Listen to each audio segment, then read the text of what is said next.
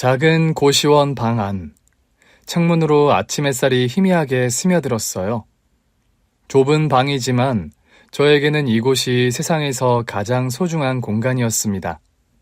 남들과 부대끼며 살지 않아도 되고 아무도 저를 함부로 대하지 않는 곳이니까요. 고시원에 처음 들어왔을 때 저는 몇 시간 동안 방 안을 둘러봤는데 혼자 있다는 사실이 잘 실감이 나지 않았습니다. 가출한 뒤로 이렇게 제 공간을 가진 건 처음이었거든요. 책상 위에는 출근 준비를 하며 꺼내둔 헬멧과 오토바이 열쇠가 놓여 있었습니다. 헬멧을 집어들고 거울을 보며 헝클어진 머리를 정리하며 오늘도 열심히 살아야겠다는 생각을 했습니다. 배달은 힘든 일이었지만 그래도 정직하게 돈을 벌 수 있는 일이라고 생각했거든요. 배달복을 챙겨 입고 고시원 계단을 내려왔고 건물 1층을 나서자 오토바이가 주차된 곳이 보였습니다. 출근 전 늘 하던 것처럼 손에 익은 동작으로 오토바이를 점검했어요. 브레이크는 이상 없는지, 가방은 제대로 고정되어 있는지 확인했죠. 헬멧을 단단히 눌러쓰고 시동을 걸었고 오토바이가 낮은 진동과 함께 부드럽게 움직였습니다. 첫 번째 배달 요청은 늘 단골로 가는 돈가스 가게였어요. 가게 앞에 도착해 문을 열고 들어서자 주방에서는 바쁘게 튀김 기름이 튀는 소리가 들려왔어요. 수고한다. 영민이 오늘도 바쁜가? 네, 사장님. 곧 점심시간이라 정신 없을 것 같아요. 영민이는 항상 성실해서 좋다니까. 여기 주문한 거 준비해놨어. 감사합니다. 사장님은 익숙한 손놀림으로 포장된 음식을 건네주었어요. 그리고 이거 이온 음료 하나 챙겨가. 요즘 날씨도 덥잖아. 사장님 매번 이렇게 챙겨주시면... 괜찮아. 넌 열심히 사는 애니까. 저는 감사하다는 인사를 하고 배달 가방에 음식을 넣고 골목을 빠져나갔습니다. 오랜만에 하늘을 보니 구름 한 점 없이 맑았어요. 신호 대기 중 헬멧 안에서 짧은 한숨을 쉬며 생각에 잠겼습니다. 나는 이제 누군가에게 의지하지 않아도 스스로 살아갈 수 있는 사람이 되었구나. 그런 생각을 했죠. 작은 고시원이지만 제 힘으로 번 돈으로 얻은 첫 보금자리라는 사실이 자랑스러웠거든요. 첫 번째 배달을 무사히 마치고 나니 다시 배달 요청이 다시 들어왔습니다. 콜을 받으려고 했는데 바로 전화가 오더라고요. 어디야? 지금 배달 하나 가능할까? 손님이 재촉하네. 네, 바로 갑니다. 헬멧을 다시 고쳐 쓰고 엑셀을 당겼고 그 주문을 시작으로 배달이 휘몰아쳤습니다. 그리고 정신없는 점심시간이 지나면서 쏟아지던 주문도 어느 정도 잦아들었어요. 오전부터 쉬지 않고 달린 탓에 배도 고프고 몸도 축 처지는 시간. 헬멧을 오토바이에 걸어두고 편의점으로 들어갔어요. 시원한 에어컨 바람이 얼굴을 스치자 그제야 피곤함이 몰려왔어요. 오늘은 뭘 먹을까? 카운터를 지나 냉장 코너에서 삼각김밥 하나와 작은 우유를 집어서 계산대에 가져다 놓았는데 늘 같은 시간에 일을 하는 편의점 알바생이 웃으며 이야기를 했습니다. 오늘도 점심시간에 엄청 바쁘셨겠어요. 네, 정신없이 뛰어다녔어요. 날도 더운데 고생 많으세요. 감사합니다. 잘 먹을게요. 계산을 마치고 전자레인지에 삼각김밥 2개를 데웠습니다. 점심을 너무 많이 먹으면 노곤해져서 일부러 많이 먹지 않았거든요. 편의점 앞 파라솔 아래에 자리를 잡고 앉아 삼각김밥 포장을 벗기고 한 입 베어 물었습니다. 따뜻한 밥알이 입안에 퍼졌지만 특별한 맛을 느낄 새도 없이 허기를 채우기 바빴던 것 같아요. 빠르게 삼각김밥 2개를 먹고 정확히 10분 뒤 오토바이에 다시 올라탔습니다. 배달콜이 왔기 때문이었죠.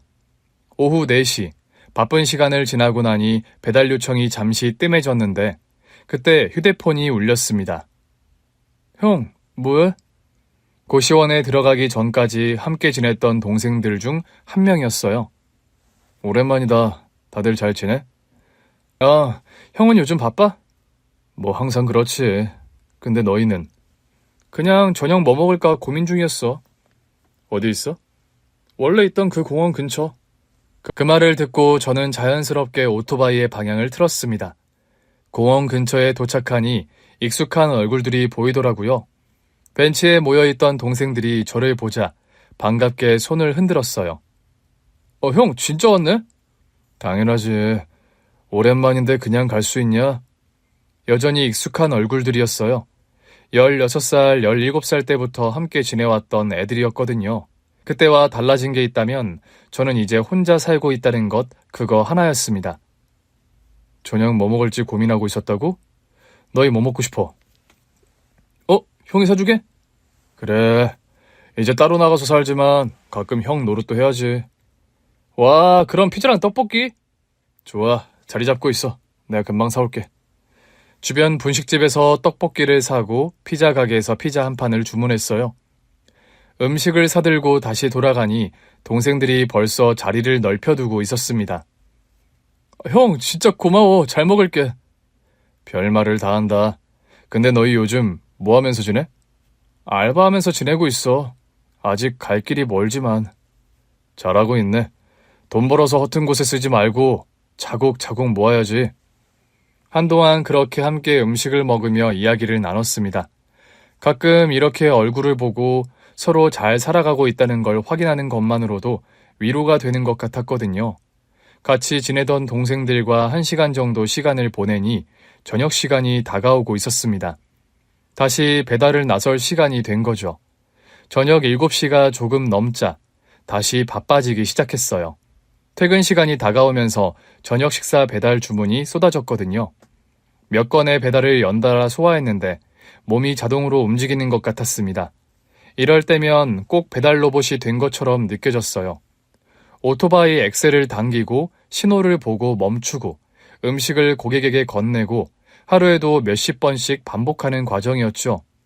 그때 족발집에서 배달 요청이 들어왔습니다. 콜을 받으니 이번에도 바로 족발집 사장님한테 전화가 왔어요. 족발 하나 주문이 들어왔는데 배달 가능하지? 네, 바로 갈게요. 특별한 배달도 아니었고 족발집은 원래 단골 가게 중 하나였거든요. 오토바이를 돌려 가게 앞으로 도착했는데 주방에서는 이미 뜨끈한 족발을 포장하고 있었고 사장님이 익숙한 얼굴로 저를 맞아주었습니다. 오늘도 고생 많다. 피곤하지? 괜찮아요. 저녁 시간에 바쁘셔서 정신 없으시겠어요. 뭐 하루 이틀도 아니고. 자, 여기 족발 준비 다 됐어.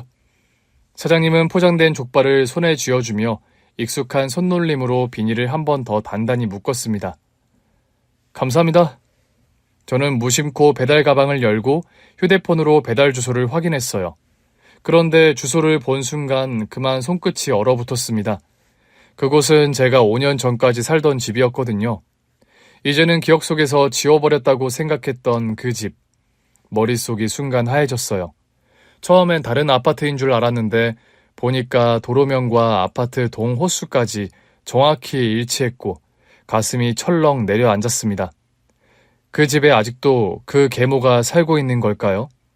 혹시 제가 배달 일을 하고 있다는 걸 알고 일부러 주문을 한 걸까요?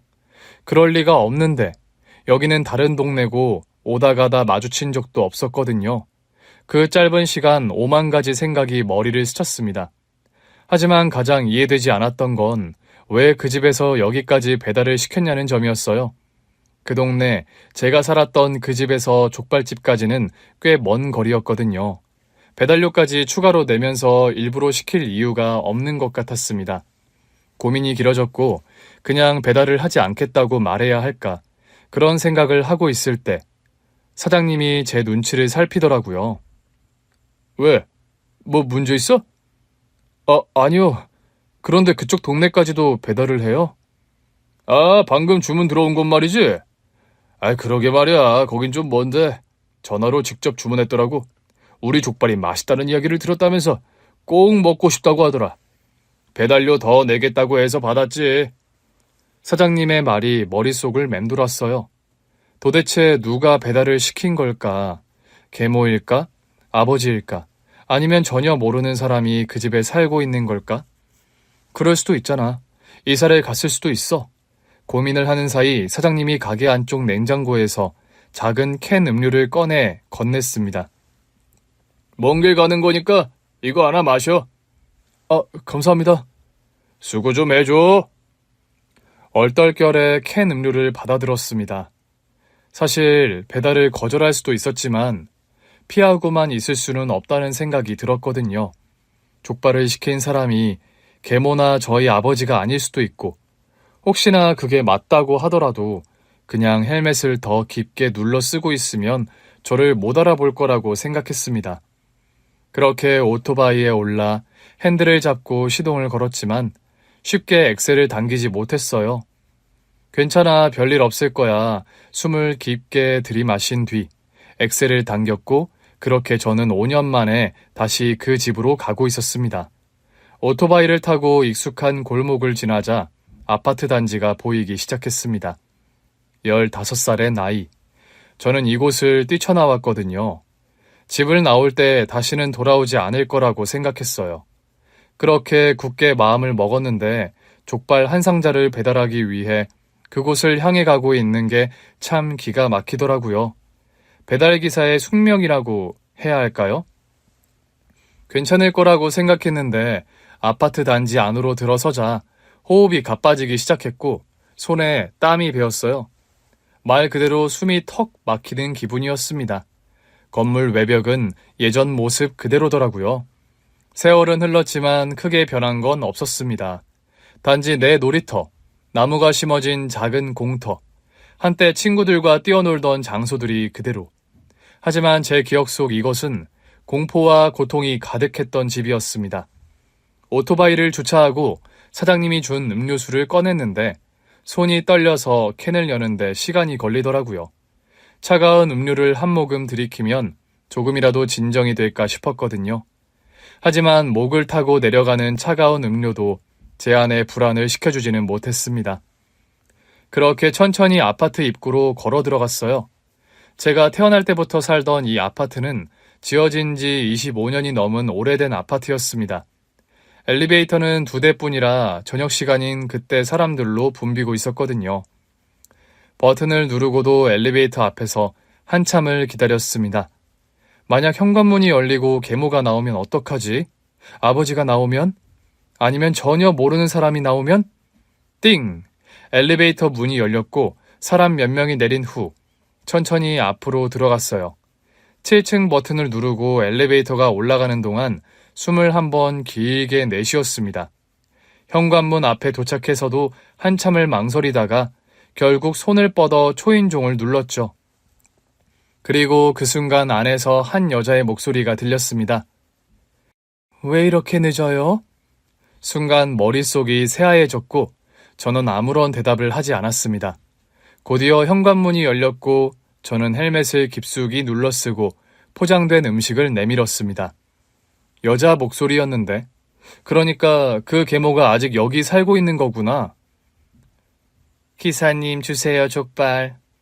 저도 모르게 족발 비닐을 들고 있던 손에 힘을 꽉 주고 있었나 봅니다. 현관문을 연 여자가 비닐을 당기며 족발을 달라고 말을 했고 그 순간 질끈 감고 있던 눈을 살짝 떴습니다.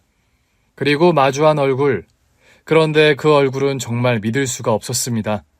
오래전 아버지가 이미 세상을 떠났다고 했던 엄마. 그러니까 계모가 아닌 저를 낳아준 친엄마가 서 있었거든요.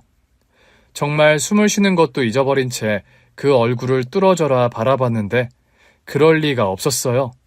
아버지는 분명히 엄마가 세상을 떠났다고 했거든요. 그런데 지금 제 앞에 서 있는 그 여자는 분명 저희 엄마가 맞았습니다. 엄마? 네? 뭐라고요? 개미 같은 목소리로 말을 했는데 분명 제대로 듣지 못한 것 같았죠. 생각할 겨를도 없이 본능적으로 헬멧을 벗었고 바로 앞에 서 있던 여자와 저희 엄마와 눈이 마주쳤습니다. 그 순간 엄마의 눈빛이 흔들렸어요. 아들? 우리 아들? 그렇게 오래전 세상을 떠났다는 엄마, 저를 낳아준 친엄마와 제외해서 그 집에 다시 들어간 순간 제 인생이 180도 달라지게 되었습니다. 저는 가끔 제 인생에서 가장 행복했던 시절을 떠올리곤 해요. 그때는 모든 게 단순하고 따뜻했고 불안함 없이 하루를 보낼 수 있었던 시절이었거든요. 8살까지의 저는 정말 행복했습니다.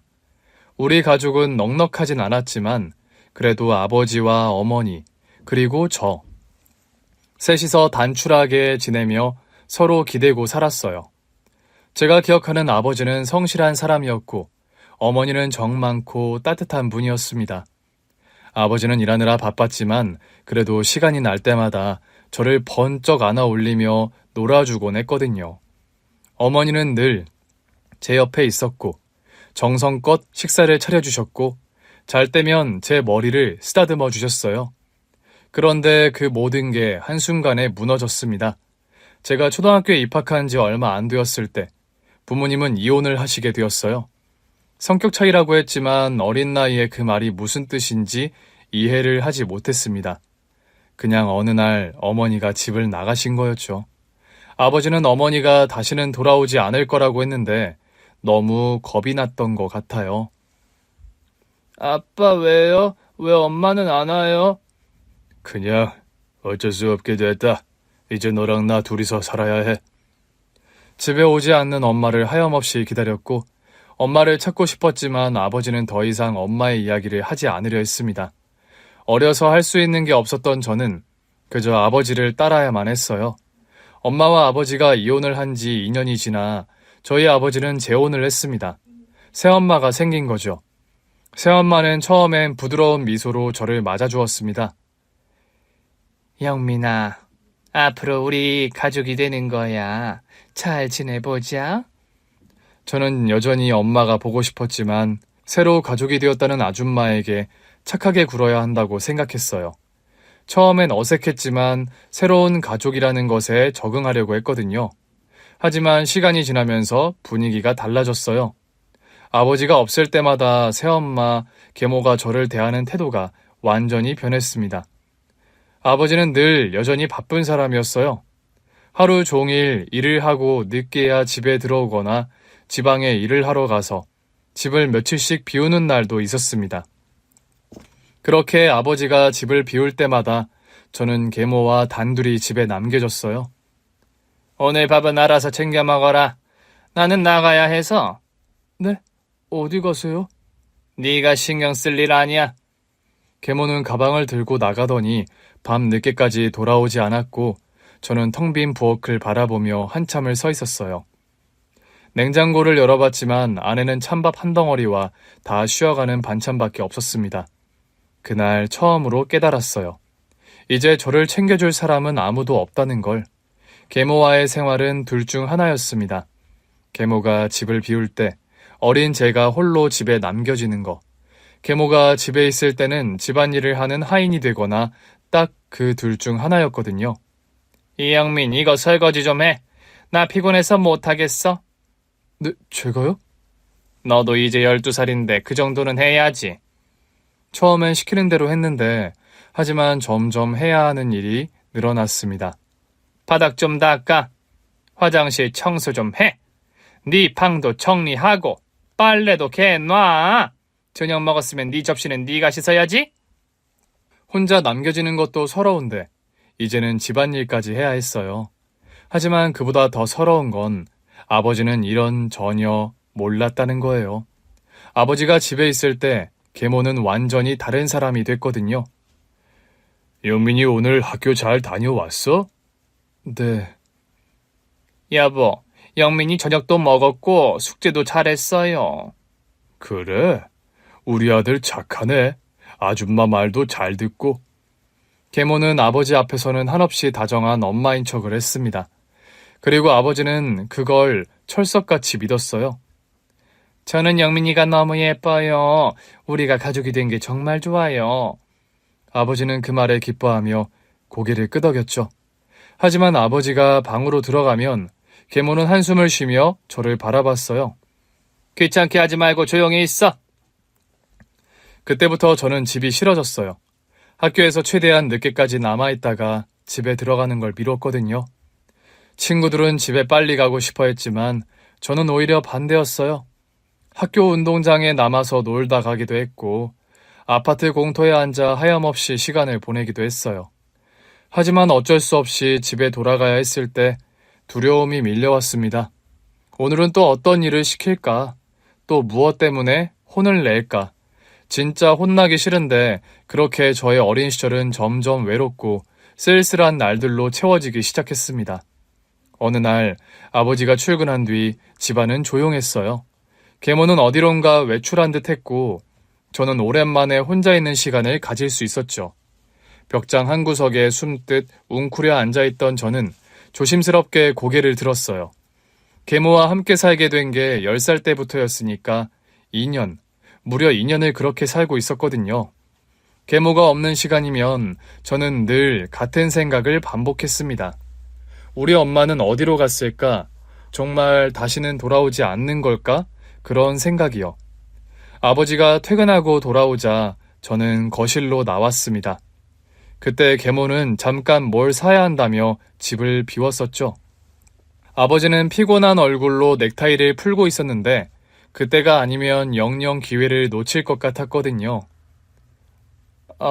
아빠. 왜? 엄마는 어디 갔어요? 뭐? 아버지의 손이 순간 멈췄는데 제 입에서 오랜만에 나온 엄마라는 단어를 듣고 놀란 눈치였습니다. 아버지는 아무 말 없이 저를 쳐다보았고 저는 다시 한번 조용히 물었어요. 엄마요. 같이 사는 아줌마 말고 내 진짜 엄마는 어디 갔어요? 아버지는 한숨을 쉬며 낮고 무겁게 말했습니다. 영민아, 네 엄마는 이제 이 세상에 없어. 그 말이 제 귓가를 때렸어요. 이제 이 세상에 없다. 가슴이 덜컥 내려앉는 것 같았습니다. 거짓말이죠? 아니야, 진짜야. 그럼 나는 왜 몰랐어요? 너한테 말해주고 싶지 않았어. 영민이 네가 힘들까봐. 힘들까봐 알려주지 않았다고? 저는 이미 그때 충분히 힘들었거든요. 볼을 타고 뜨거운 눈물이 흘렀고 아버지는 제 머리를 쓰다듬으려 했지만 저는 뒤로 물러났습니다. 영민아, 이제 새엄마랑 잘 지내야 해. 저는 그 말을 듣는 순간 너무 화가 났어요. 왜요? 왜요? 왜 그래야 해요? 네 엄마도 영민이 네가 새엄마를 받아들여서 잘 지내길 바랄 거야. 그 순간 계모가 현관문을 열고 들어왔습니다. 어머, 부자지간에 무슨 이야기를 그렇게 다정하게 하고 있어요? 아버지가 미소를 지으며 계모를 바라봤어요. 영민이가 이제부터 엄마라고 부르겠다고 하네. 계모는 놀란 척하면서도 미묘한 미소를 지었어요. 그래, 영민아? 정말이야? 이제 아줌마 아니고 엄마라고 불러주는 거야? 언젠가 이렇게 영민이가 마음을 열 줄 알았어. 너무 감격스럽다, 여보. 아버지는 저를 바라보며 기대하는 눈빛을 보냈지만 저는 아무 말도 할 수 없었고 저는 고개를 끄덕일 뿐이었습니다. 하지만 그날 이후 계모는 더욱더 본색을 드러냈어요. 아버지가 집을 비우면 계모는 저를 더 힘들게 했거든요. 그리고 그 해에 계모의 딸이 태어난 후 모든 것이 더 심해졌습니다. 제가 13살이 되었을 때 계모가 딸을 낳았고 그 애가 제 동생이라고 하더라고요. 태어난 아기는 귀여웠지만 그것과 별개로 생활은 더 힘들어졌습니다. 그때부터 저는 집안일을 더 많이 해야 했거든요. 영민아, 설거지 좀 해. 저 숙제해야 하는데요. 숙제? 지금 숙제가 문제니? 애기 젖병 소독해야 하니깐 빨리 설거지 하란 말이야. 넌 네 동생이 배고픈데 분유도 못 먹고 배고프면 좋겠어? 이 지만 아는 못된 놈 같으니라고. 저는 부엌으로 가서 수돗물을 틀었습니다. 싱크대에는 밥을 먹고 난 그릇들과 아기 젖병들이 수북이 쌓여 있었습니다. 그때 깨달은 건 말대꾸하면 더 고달파진다는 거였죠. 영민아, 서연이 좀 안고 있어. 나 좀 쉬어야겠다. 계모는 아직 갓난아기인 동생을 제게 떠넘겼습니다. 저 밥 먹고 있는데요. 밥만 금방 먹고 아기 돌볼게요. 밥은 나중에 먹어. 애기 안고 있어 빨리. 조심히 하느라. 애가 어디 다치기만 하면 너도 무사하지 못할 줄 알아?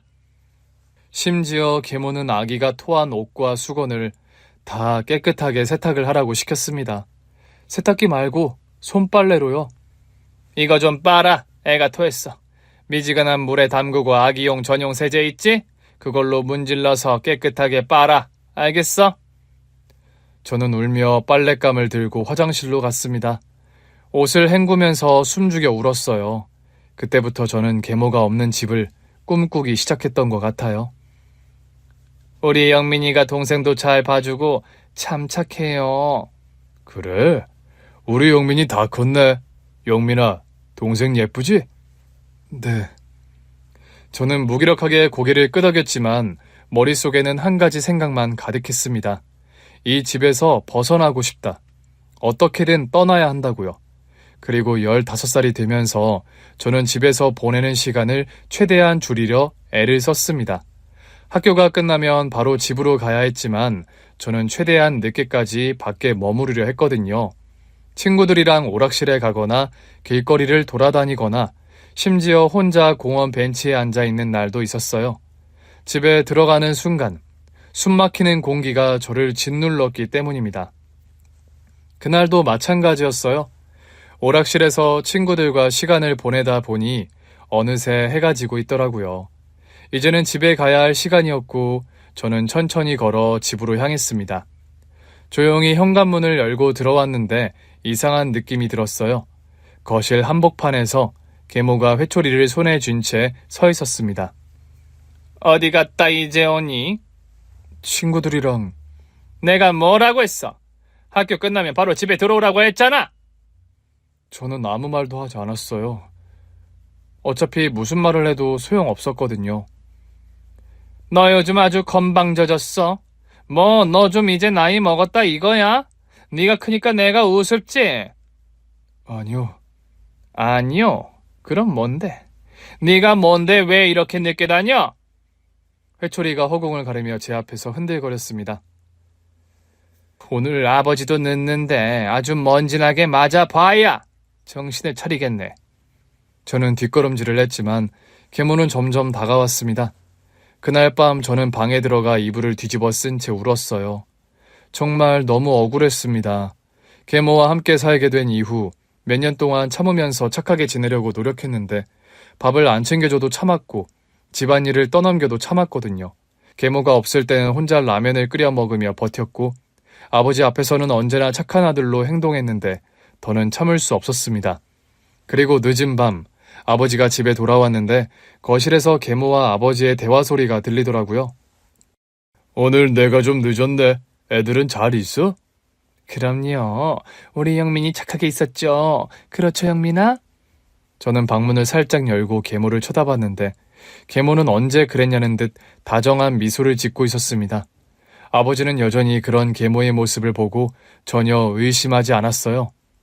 우리 영민이 요즘 공부 열심히 하지? 네. 우리 영민이도 잘 지내고 우리 서연이도 잘 크고 있으니 참 좋네. 이래서 열심히 일해서 돈 벌 맛이 나. 다 우리 가족들을 위해서지. 아버지가 행복해하는 모습을 보면서 저는 입을 다물기로 했어요. 하지만 그때 확실했습니다. 이 집에서 더 이상 살 수 없다고요. 그날 밤 저는 조용히 짐을 꾸리기 시작했습니다. 배낭 하나에 옷을 몇 벌을 챙겼어요. 그리고 책상 서랍 깊숙이 넣어두었던 봉투. 그동안 아버지가 용돈으로 준 돈을 모두 꺼냈습니다. 많은 돈은 아니었지만 적어도 며칠은 버틸 수 있을 것 같았거든요. 그리고 다음날 아침 저는 아무렇지 않은 척 가방을 맨 채 현관문을 나섰습니다. 계모는 거실에서 아기를 돌보며 저를 쳐다봤어요. 학교 잘 다녀와라. 끝나면 딴 길로 새지 말고 곧장 오고, 알겠니? 저는 말없이 고개를 끄덕였고 그 길로 집을 떠났습니다. 집을 나온 저는 무작정 버스 터미널로 향했어요. 목적지도 없이 표를 사서 탈 버스를 찾다가 가장 먼 곳으로 가는 표를 끊었습니다. 어디든 좋았어요. 그저 계모가 없는 곳이라면 다 좋았거든요.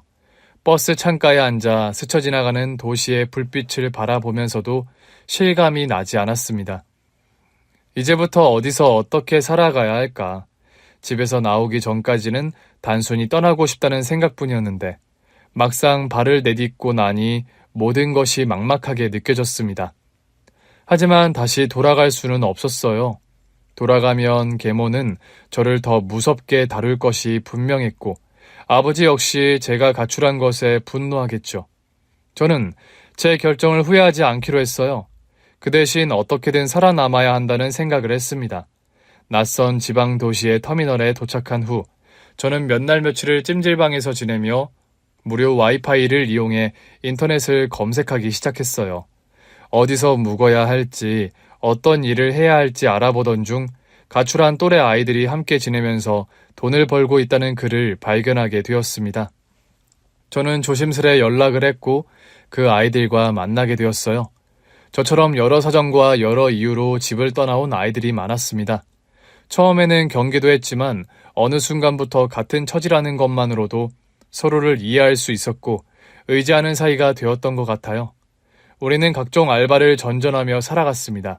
편의점 야간 알바, 식당 설거지, 공사장 잡일, 청소 일까지 돈이 되는 일이라면 가리지 않고 했거든요. 배고픔을 참는 것도 매번 이곳저곳을 옮겨 다니는 것도 힘들었지만 그래도 저는 후회하지 않았어요. 최소한 저를 괴롭히는 사람은 없었으니까요. 처음엔 적응하느라 정신없었지만 시간이 지나면서 저도 이 생활에 익숙해졌습니다. 스스로 돈을 벌어야 한다는 압박감이 있었고 그렇게 한 푼 두 푼 모으다 보니 어느새 몇 년이 지나 있었어요. 그리고 18살이 되던 해 함께 지내던 동생들과 다시 경기도 근방으로 이사를 왔어요. 대도시보다는 조금 한적한 곳이었지만 일이 많고 돈을 벌 기회가 있는 곳이었거든요. 저는 그곳에서 새로운 일을 찾다가 배달기사 일을 시작하게 되었습니다. 처음에는 익숙하지 않았지만 곧 배달이 저에게 잘 맞는다는 걸 깨달았어요. 시간에 맞춰 움직이는 일이라 바쁘긴 했지만 손님들과 직접 마주할 일도 많지 않았고 무엇보다 열심히 하면 할수록 돈을 벌 수 있는 일이었거든요. 그렇게 배달을 하면서 하루하루를 성실하게 살았습니다. 비 오는 날에도 눈 오는 날에도 오토바이를 타고 도시 곳곳을 누볐어요. 한밤중에 골목길을 달리며 뜨거운 국밥을 배달하기도 했고 이른 아침 부스스한 얼굴로 문을 열어주는 손님들에게 뜨끈한 커피를 전하기도 했습니다.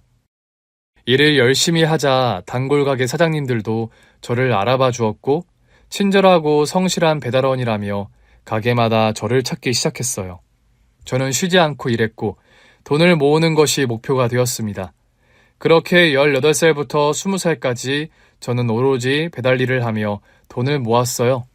한 푼도 허투루 쓰지 않으려 했고 번 돈의 대부분을 저축하며 하루 세 끼를 대충 때우면서도 버텼거든요. 그러다 드디어 20살이 되던 해 저는 고시원 방을 얻을 수 있게 되었습니다. 처음 계약을 하던 날 낡은 철문을 열고 방에 들어섰을 때의 기분이 생생합니다. 좁디 좁은 방이었지만 그곳은 처음으로 온전히 제 공간이었거든요. 누군가의 눈치를 보지 않아도 되고 혼자서 밥을 먹고 혼자서 자고 아침에 눈을 떠도 아무도 저를 재촉하거나 괴롭히지 않는 곳. 비록 작은 고시원이었지만 여기까지 오는데 걸린 시간이 너무 길었어요. 하지만 진짜 독립했다는 실감이 났습니다. 저 혼자 힘으로 아무도 의지하지 않고 살아가는 인생이 시작되었다는 걸 깨달았죠. 그렇게 계모의 구박에 15살에 도망쳐 배달기사 하면서 산 지 5년 후 우연히 계모 집에 배달을 가게 되는데 하이바 쓰고 초인종을 누르니 왜 이렇게 늦어요 하며 죽은 엄마가 나와 음식을 받아간 순간 집 안으로 들어가니 내 인생 180도 변하는데 오랜만에 발을 들인 집 안은 예전과 많이 달라져 있었어요. 여전히 낡은 아파트였지만 분위기는 예전과 달랐거든요. 집안 곳곳에는 따뜻한 느낌이 났고 무엇보다 그 여자가 더 이상 이곳에 없다는 사실이 확실해 보였습니다. 거실 한가운데 서서 멍하니 주위를 둘러보는 제 앞에 엄마가 눈물을 흘리며 저를 바라보고 있었어요. 영민아, 영민이 맞지? 그 말이 떨어지자마자 엄마는 저를 와락 끌어안았습니다. 우리 영민이 맞지? 맞지? 엄마의 떨리는 목소리가 귓가에 박혔어요. 너무도 오랜만에 듣는 목소리였거든요. 저는 이 상황이 낯설어 그대로 얼어붙고 말았습니다. 이게 어떻게 된 일일까요? 그 오래전 분명 아버지가 이미 세상을 떠났다고 했던 엄마가 왜 이 집에 있는 걸까요? 그 순간 방 안에서 인기척이 들렸고 아버지가 나타났습니다. 눈앞에 서 있는 아버지는 예전보다 훨씬 늙어 보였어요. 머리는 희끗희끗했고 얼굴에는 깊은 주름이 자리 잡고 있더라고요. 아버지는 저를 보자마자 그대로 굳어버렸습니다. 그리고 아주 오랜 시간 동안 저를 쳐다보다가 갑자기 눈물을 쏟으며 저에게 다가왔어요. 영민아, 네가 정말 우리 영민이가 맞냐? 기도 잘하고 정말 많이 컸구나.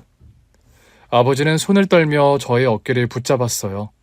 저는 당황해서 한 걸음 뒤로 물러났지만 아버지는 오히려 저를 더 강하게 붙잡았습니다.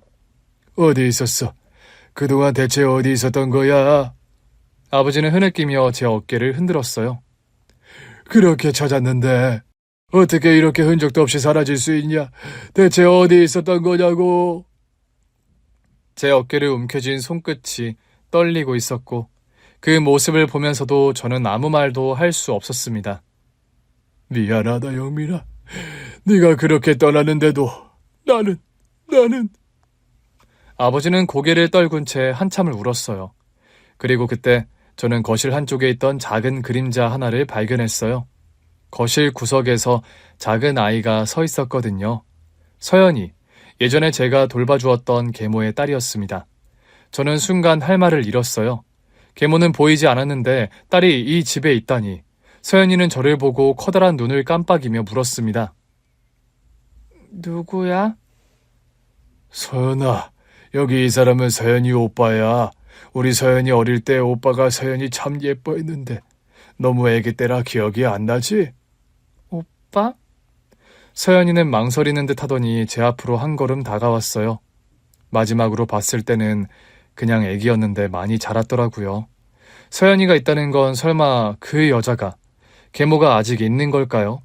우리 엄마가 있는 걸 보니 그건 아닌 것 같은데 그제서야 저는 입을 열었습니다. 그 여자는요?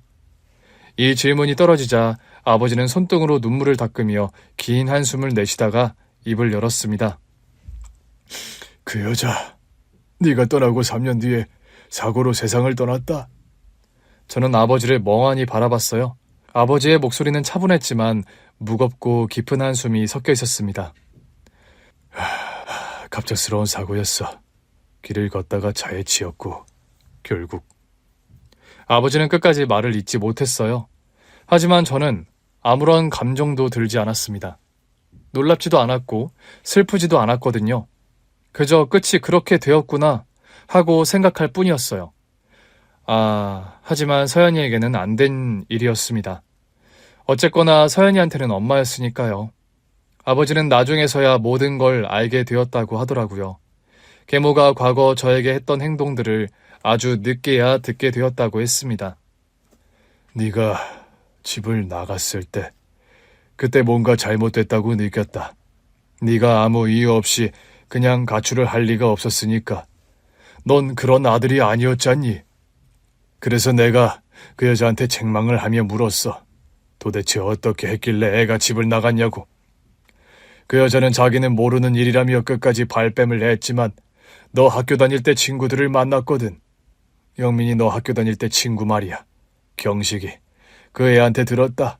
영민이 네가 우리 아들이 어떤 대접을 받고 살았는지, 어떤 취급을 당했는지 나는 그제야 알았어. 그런데 그 여자가 나쁜 사람이었지만 그 탓만 할 수가 없구나. 그저 너를 잘 봐줄 거라고. 너를 친아들처럼 잘 키워줄 거라고. 믿은 내가 잘못이었어. 영민아, 미안하다. 이 못난 애비가 정말 너를 볼 낯이 없구나. 아버지는 자책하는 듯한 얼굴로 고개를 숙였습니다. 떠나기 전 저는 한 번도 아버지에게 솔직한 말을 하지 못했거든요. 아버지 앞에서 계모는 언제나 저에게 친절하게 대했고 아버지는 그 여자를 믿었으니까요. 어쩌면 한 번쯤은 말할 수도 있지 않을까. 그럼에도 불구하고 저는 한 번도 아버지에게 도움을 청하지 않았고 결국 이렇게까지 시간이 지나버린 거였습니다. 계모가 사고로 세상을 떠난 뒤 집에는 아버지와 어린 서연이만 남게 되었고 아버지는 혼자 어린 딸을 키우며 하루하루를 살아가고 있었다고 했습니다. 아버지는 여전히 눈물을 닦으며 저를 바라보고 있었고 어린 서연이는 저를 조심스럽게 쳐다보고 있었습니다. 하지만 그 중에서도 가장 믿기 힘든 존재가 바로 눈앞에 서 있는 친어머니였어요. 분명 돌아가셨다고 들었는데 아버지가 그렇게 말했었는데 눈앞에 서 있는 어머니를 보면서도 도무지 현실 같지가 않았거든요. 그건 어머니도 마찬가지였습니다. 8살 때 이후 처음 만난 건데 저를 바라보는 그 눈빛에는 믿기지 않는다는 감정과 그리움이 가득 차 있었어요. 어머니가 어떻게 여기 있는 거예요? 분명히 아버지가 예전에 엄마가 돌아가셨다고 그랬단 말이에요. 어머니는 저를 바라보다가 조용히 제 손을 잡았습니다. 영민아, 너한테 해줄 이야기가 너무 많아. 저는 아무 말 없이 어머니를 바라보았어요. 어머니는 천천히 저를 이끌어 거실로 갔고 손을 꼭 잡은 채 천천히 말을 꺼냈어요. 나는 네 아버지가 너를 잘 키워줄 거라고 믿었다. 지금 생각해도 이렇게 우리의 선택으로 어린 너한테 상처를 준 것은 아버지랑 엄마가 100번 생각해도 잘못했어. 그건 정말 너한테 일어나면 안 되는 일이었잖니? 하지만 영민아, 엄마는 집을 나갔어도 널 그리워했어. 엄마는 집을 떠나 쭉 혼자 지냈는데 정말 하루하루 이제 막 초등학교에 들어간 영민이 네가 너무너무 보고 싶어서 힘들었어. 견디다 못해 네 아버지한테 네 사진 좀 보여달라고 어렵게 연락을 했었지. 가끔 네 아버지가 보내주는 사진을 보면서 네가 잘 지내고 있다고 그걸로 위안을 삼았어. 새어머니라는 여자가 너한테도 잘해준다고 들었고 너를 집에 놔두고 나왔으니 난 자격도 없고 염치도 없다고 생각을 했지. 그런데 어느 순간 네 아버지가 너에 대한 이야기를 해주지 않았어. 어떻게 지내냐고 이제 중학교 올라간 거냐고 했는데 잘 지내고 있으니 더는 연락하지 말라는 말이 전부였거든. 그렇게 시간이 지났는데 아무리 생각해도 이상한 거야. 어릴 때 이후 네 소식을 들은 지가 너무 오래돼서 뭔가 잘못됐다고 생각을 했지. 그래서 그러면 안 된다는 걸 알면서도 너를 보고 싶은 생각에 이 집을 찾아왔었어. 그때는 이미 제가 집을 나간 후였군요.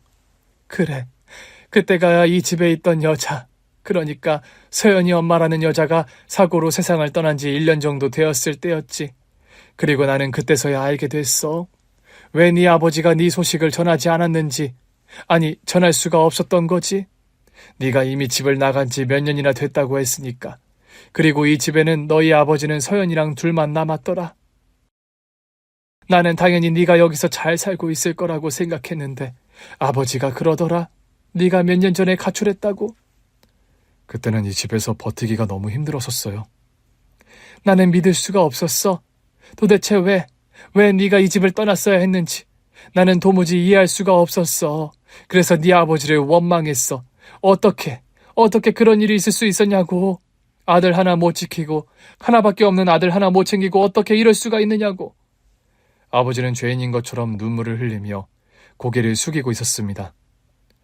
아버지는 처음엔 아무 말도 못했어. 그러다가 결국 이야기해주더라. 네가 얼마나 힘들었는지, 계모가 너한테 어떤 짓을 했는지, 그리고 아버지 역시도 그걸 너무 늦게 알았다는 사실까지 다 말해줬어. 하지만 아버지는 그때 너무 후회하고 있었다. 이를 바로잡고 싶어서 사방팔방으로 너를 찾아다녔지만 너를 못 찾았다고. 제가 처음 집을 떠난 다음에는 지방에서 지냈어요. 아주 먼 곳에서요. 지금 이 근방으로 온 게 얼마 안 됐거든요. 그럼 그렇게 이 집에 돌아와서 그때부터 아버지랑 같이 지내신 거예요? 아버지, 왜 그런 말을 하셨어요? 제가 어릴 때 물어봤잖아요. 엄마 어디 있냐고. 그때 분명 아버지가... 미안하다, 영민아. 그때는 네가 네 엄마의 빈자리를 느끼며 힘들어하기보다는 새엄마와 함께 집에서 잘 지내기를 바라는 마음이었다. 네가 그 여자한테 마음을 못 두는 걸 알고 있었기 때문에 좀 더 가까워지기를 바랐어. 그래서 그런 건데 내가 너무 생각 없이 해서는 안 되는 말을 했던 거야. 엄마가 어디 있다는 것만 알아서도 제가 이러진 않았을 거예요. 엄마를 찾았을지도 모른다고요. 그때는 나를 지켜줄 사람이 아무도 없다고 생각했단 말이에요. 엄마는 이미 세상을 떠났고 아버지는 바쁘고 그 여자가 나를 어떻게 대하는지도 모르고 많은 게 달라졌을 거라고요. 정말 내가 죽을 죄를 지었다. 미안하다, 영민아. 미안해. 과거로 돌아갈 수만 있다면 정말 모든 걸 되돌리고 싶구나. 영민아, 네 아버지가 네가 집을 나간 지 몇 년이나 지나 너를 찾을 수 없다고 했지만 나는 기다리기로 했어. 네가 어디에 있든 어떻게든 돌아올 거라고 믿었거든. 그래서 여기 있었던 거요? 그래, 네 아버지랑 그리고 서연이랑 함께. 그래, 영민이 너를 생각하면 그 여자가 못할 짓을 했다는 걸 알아. 그건 아는데 저 어린 것은 아무런 죄가 없잖니? 그땐 정말 애기여서 아무것도 모르는 거였어. 자기 엄마가 왜 갑자기 안 보이는 건지 그냥 나는 그게 너무 딱하게 느껴졌다. 저는 거실 구석에 서서 우리를 바라보고 있는 서연이를 보았어요. 서연이는 장난감을 가지고 놀면서 얌전히 있었습니다. 그래도 나는 네가 언젠가 다시 이 집으로 올 거라고 믿었어. 그래서 여기서 기다린 거야. 그리고 결국 영민이 네가 우리 아들이 돌아온 거야. 저는 아무 말도 하지 못했어요. 머릿속이 복잡했고 도무지 뭐라고 해야 할지 할 말이 떠오르지 않았거든요. 세상 모든 가정에 저마다의 사연이 있다는 말을 어디서 들었는데 정말 우리 집 사정도 그에 못지않게 복잡하다는 생각이 들었습니다. 그리고 그날의 재회 이후 저는 다시 집으로 돌아오게 되었어요. 집으로 돌아온 첫날, 저는 한참을 방 안에서 가만히 앉아 있었습니다. 그 집이 익숙하기도 낯설기도 했거든요. 한때는 이 집에서 벗어나기 위해 몸부림쳤는데 다시 이 집에 앉아 있다는 사실이 실감나지 않았던 것 같아요. 밖에서는 어머니와 아버지가 조용히 대화를 나누고 있었고 서연이는 아직 낯선 듯 저를 멀찍이서 바라보고 있었습니다. 서연이, 그 애를 생각하면 마음이 복잡했어요. 사실 계모가 떠난 이후로 서연이는 아무것도 모른 채 자랐겠죠. 자신의 엄마가 어떤 사람이었는지, 그리고 저에게 어떤 짓을 했는지 서연이는 모를 거예요. 어쩌면 그 계모는 천벌을 받은 게 아닐까 하는 생각이 들더라고요. 저는 이 집에서 도망칠 수 있었지만 그 여자는 자신의 행동에 대한 대가를 치른 셈이니까요. 그렇다고 해서 서연이가 미워지지 않았습니다. 어머니와 아버지의 말처럼 서연이는 아무런 잘못이 없다고 생각했거든요. 오히려 저는 그 애를 안쓰럽게 바라보게 되었어요. 이 집에 저라는 존재가 다시 자리를 잡아도 되는지 확신이 서지 않았는데, 하지만 어느 순간 깨달았습니다. 이제는 도망치듯 떠나야만 하는 삶이 아니라 다시 시작해야 하는 삶을 살아야 한다는 걸요. 가장 먼저 달라진 것은 서연이와의 관계였습니다. 처음에는 저를 경계하듯 멀리서 바라보던 서연이가 어느 날 조금씩 저에게 다가오기 시작했거든요. 방에서 혼자 책을 보고 있으면 조용히 다가와서 무릎 위에 자신의 그림을 올려놓고 오빠 이거 봐요 라고 말했어요. 그림 속에는 어설픈 솜씨로 그려진 가족의 모습이 있었고 그 속에는 저도 포함되어 있었습니다요. 저는 그림을 보다가 살며시 웃으며 고개를 끄덕였어요. 서연아, 이거 우리 가족이야? 네, 엄마랑 오빠랑 나랑 우리 가족이잖아요. 서연이는 밝은 미소를 지으며 저를 바라봤고 저는 그제야 이 아이가 진짜 제 동생이라는 사실을 다시금 실감하게 되었습니다. 집으로 돌아온 후 저는 무엇을 해야 할지 고민하기 시작했어요. 오랫동안 일만 해왔고 배달을 하며 버티는 삶이 익숙했기 때문에 다시 공부를 한다는 게 쉽게 와닿지 않았거든요. 하지만 저희 엄마는 단호했습니다. 형민아, 너도 이제 다시 네 인생을 찾아야 해. 지금까지 혼자 살아오느라 정말 애썼지만 이제는 혼자가 아니잖아. 제가 뭘 할 수 있을까요? 늦었다고 생각하지 마. 네가 원하는 게 있다면 그걸 향해 다시 시작하면 돼. 어머니의 말에 저는 깊이 고민하다가 결국 검정고시를 준비하기로 했어요. 어머니는 기초부터 차근차근 다시 배울 수 있도록 도와주었고 책을 사주고 공부할 수 있도록 격려해 주었어요. 처음에는 손에 잡히지 않던 책이 어느 순간 익숙해졌고 머릿속에서 잊혀졌던 공식들과 단어들이 다시 떠오르기 시작했습니다. 그렇게 하루하루 공부하며 저는 깨달았어요. 제가 이토록 배움에 목말라 있었다는 사실을요. 그리고 1년 후 저는 검정고시에 합격했습니다. 결과를 확인한 날, 저는 오랫동안 눌러왔던 감정을 참지 못하고 조용히 눈물을 흘렸어요. 그동안 멈춰있던 시간이 다시 흐르기 시작한 것 같았거든요. 검정고시를 통과한 뒤 저는 곧바로 군대에 입대를 했습니다. 아버지와 엄마는 걱정을 했지만 저는 오히려 감사했어요. 그리고 군대는 제게 또 다른 배움의 시간이었습니다. 단순히 군사훈련을 받는 것이 아니라 다양한 사람들을 만나면서 세상을 보는 시야가 넓어졌거든요. 엄마, 저는 이제 조금씩 알 것 같아요. 뭐가? 사람은 누구나 두 번째 기회를 받을 수 있다는 거요. 군대에서의 생활을 통해 저는 많은 것들을 다시 배울 수 있었고, 전역 후 저는 결국 대학에 가기로 결심했습니다. 군대에서도 사실 대학 입시를 생각하며 틈틈이 공부를 했거든요. 전역하고 수능에 집중을 했고, 저는 늦가기 대학생이 되었습니다. 입학식 날 저는 캠퍼스 한가운데 서서 주위를 둘러보았어요. 대부분의 학생들은 저보다 몇 살은 어려 보이더라고요. 나는 이제 내 길을 가는 거니까. 그렇게 다짐하며 강의실로 들어갔어요. 책을 펴고 노트북을 켜면서 교수님의 말을 하나라도 놓치지 않으려 집중했어요. 그 이상이 무척 좋았습니다. 가족이 집에서 저를 기다리고 있다는 사실이 든든했고 저는 더 이상 외롭지 않았거든요. 어느 날 수업을 마치고 집에 돌아왔을 때 서연이가 반갑게 뛰어나왔어요. 오빠, 오늘도 학교 갔다 왔어? 공부 열심히 하고 왔지. 서연이는 해맑게 웃으며 제 손을 붙잡았어요. 오빠 나랑 놀자. 알았어. 뭐하고 놀까? 어머니는 그런 우리를 보며 따뜻한 눈빛으로 바라봤어요. 우리는 함께 식탁에 앉아 저녁을 먹으며 하루 일과를 나누었습니다. 오랫동안 방황했지만 결국 저는 가족을 되찾았고 저만의 길을 찾아가고 있다고 생각하는 요즘인데 응원해주시면 많은 힘이 될 것 같습니다. 감사합니다. 오늘 준비한 사연은 여기까지입니다. 재미있게 들으셨다면 구독과 좋아요, 알림 설정까지 눌러주세요. 그럼 저는 다음 사연으로 찾아뵐게요. 오늘도 건강하고 행복하세요.